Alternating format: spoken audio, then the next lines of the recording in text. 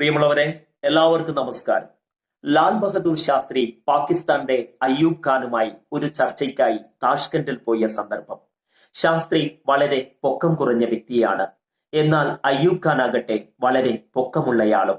ഇക്കാര്യം സൂചിപ്പിച്ചുകൊണ്ട് ഒരു പത്രപ്രവർത്തകൻ തമാശ രൂപത്തിൽ പറഞ്ഞു, സർ, അയ്യൂബ് ഖാൻ വളരെ ഉയരമുള്ള വ്യക്തിയാണ്. അദ്ദേഹത്തിന്റെ സമീപം താങ്കൾ വളരെ ചെറുതായി പോകും.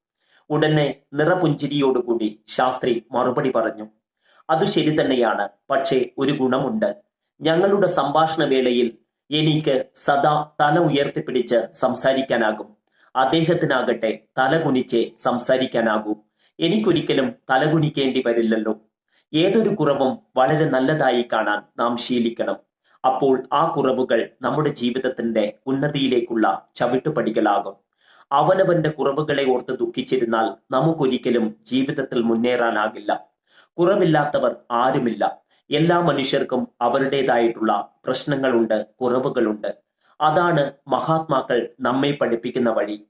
ശരിയായ കുറവ് ആത്മനിന്ദയാണ്.